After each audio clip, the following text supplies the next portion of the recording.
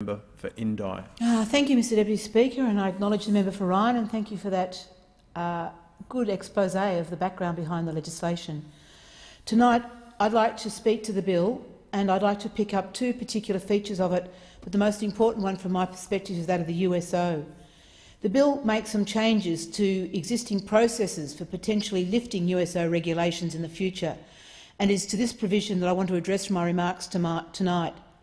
Telecommunications is problematic in regional Australia, as we've heard from the member for Bendigo, and it's a topic of major interest to most of the residents, businesses and particularly the younger people who rely on digital communication via their mobile phones. And it's that group of young people is a group with whom I've got much empathy.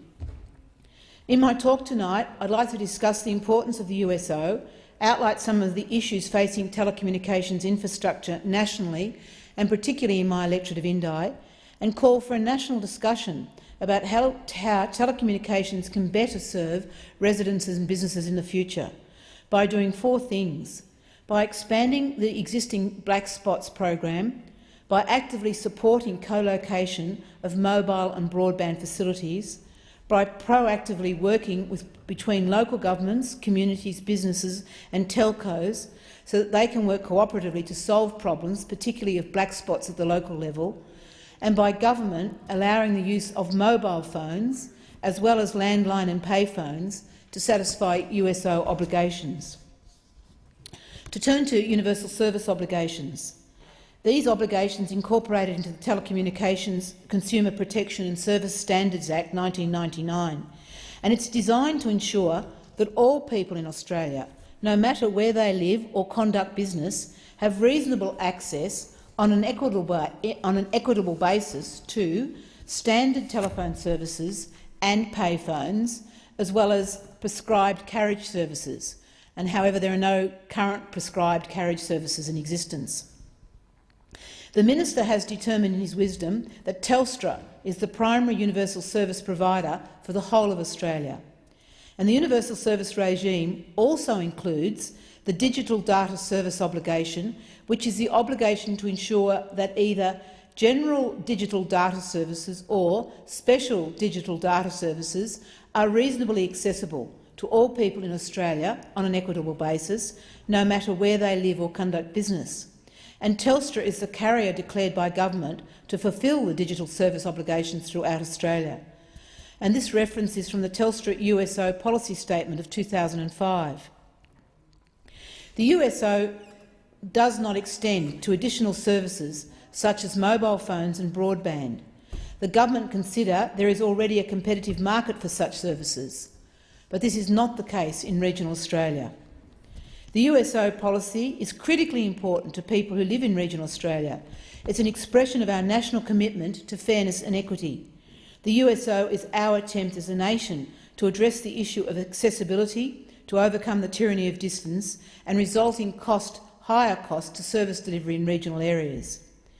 And I encourage the government, if it is to undertake any changes to the USO, to do so with care, bring the community with them and ensure that the community understands the implications and benefits of proposed changes.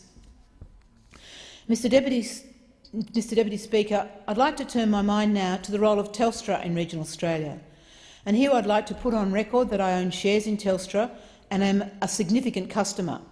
I have a deep and abiding relationship with the service it provides me, the linesmen who sort out my regular problems, the technicians who do the work and the backroom office people who enable me to live and work and share a community life from my farm in North East Victoria. However, the aspect of Telstra that I would like to see changed is its virtual monopoly on telecommunications in regional Australia. I do not think this works to our advantage. I would like to see greater competition, and I would love to see other telcos providing competitive services in regional Australia, particularly through our USO. To talk of mobile phones, when I think of Telstra, I think of my mobile phone coverage. And at this stage, I'd like to actually acknowledge and congratulate the government and the Department of Communications on the excellent work that they're doing to address black spots, especially in areas of potential emergency where clearly it is uneconomic for the telcos, Telstra in our case, to locate towers. The consultation that's taken place with the community, the mapping of the black spots and the process for setting priorities, from my perspective, is working really well. The groundwork has been done. However, it's not enough. $100 million is not nearly enough money to cover the problem. And my colleagues from all parts of regional Australia would agree. This is a great program. There's just not enough money. We need to enlarge it. We need to expand it. Mr Deputy Speaker, the Department of Communication database reports in excess of 6,000 reports of mobile phone black spots, and in my electorate of Indi, 275 reports. And with the mobile phone black spot program, we estimate that we will get 3 towers to help us meet this need. Now, while I'm very grateful for those 3 towers, it's clearly not nearly enough to meet our need, nor the need right across Australia. In my electorate of Indi, local government has joined forces with business, Country Fire Authority and others to look at how we can leverage this program to gain efficiencies, to co-locate services, to have community buy-in and to squeeze every little bit of extra coverage that we can gain. But now that the processes are in place, the government and Australia is in an ideal position to work really closely with the department to address the next set of priorities. And I will really look forward to working with my coalition colleagues, particularly the members of the National Party, to get the extra funding in next year's budget. Mr Deputy Speaker, one of the problems we have in my community is how to maximise this mobile phone coverage that we're getting through leveraging the potential of broadband, and particularly through the NBN, through co-location technology. From our perspective, co-location of mobile phone coverage and broadband is essential for us to maximise delivery. Getting competing telcos to sit down and discuss how best to maximise the opportunity offered by NBN, however, is proving problematic.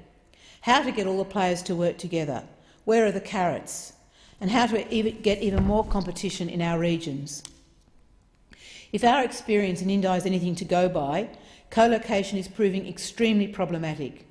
It requires a level of knowledge by local government, who are responsible for managing the permits. It requires a willingness by telcos to work together. It requires an ability to cover the costs of backhaul from the fixed wireless towers to the networks. And in the longer term, it requires an educated community able to anticipate what new technologies will bring to their communities and businesses, and to be active players in the design and delivery of these services. Within my electorate of Indi, we've been having some very specific problems that I'd like to acknowledge or have documented in tonight's debate.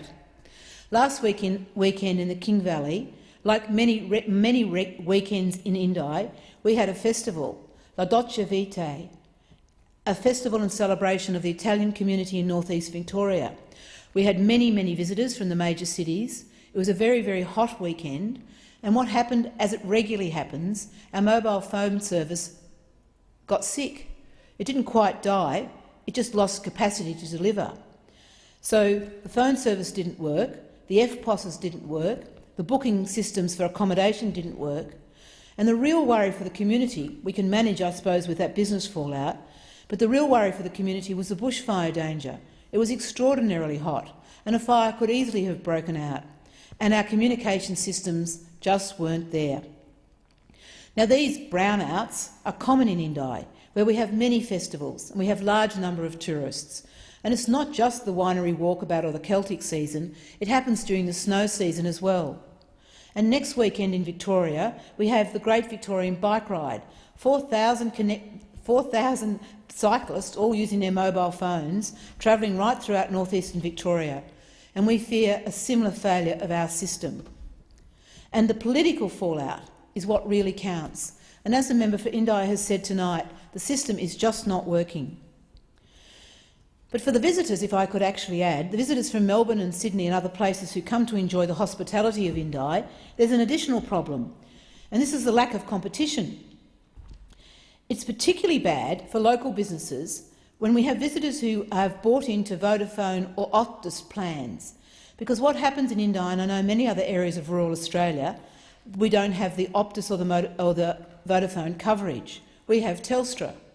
And there's nothing more frustrating than for a Melbourne or Sydney business, or Brisbane or Adelaide for that matter, coming to our area and discovering that their Vodafone or Optus phones just don't work. There's limited coverage on the snowfields, limited coverage in the wineries, lakes, picnic spots and camping areas of our community. It's just not good enough. Vodafone and Optus should be as readily available as Telstra. So, Mr Deputy Speaker, I beg your pardon, in bringing my comments to a close, there are 4 things that I think we could do to ameliorate this problem. In the first instance, I think we need a general, open national discussion about telecommunications infrastructure in regional Australia, and how can it be designed in partnership with community to deliver for us for the sustainable future. We need community buy-in. There's a couple of things, 4 things now that I'd now specifically like to talk to. We need to expand the Black Spots program. It's a good program. In fact, it's a great program. It was an election commitment that the government's delivering on. The establishment work has been done, priorities have been listed, partnerships built, and I really encourage the government and my colleagues opposite to maximise the work done in this establishment phase and to consider expanding it to pick up the next level of priorities that we have already identified. $1 billion would be a great start. My second suggestion for activity in this area is by the Minister and the Department of Communications actively supporting and encouraging telcos to co-locate mobile and broadband facilities. This is desperately needed, and from the government perspective, it's a low-cost, high-impact strategy. The NBN Co rollout is underway. Fixed wireless towers are being built in my electorate, and where mobile towers already exist, there is greater possibility to co-locate NBN technology.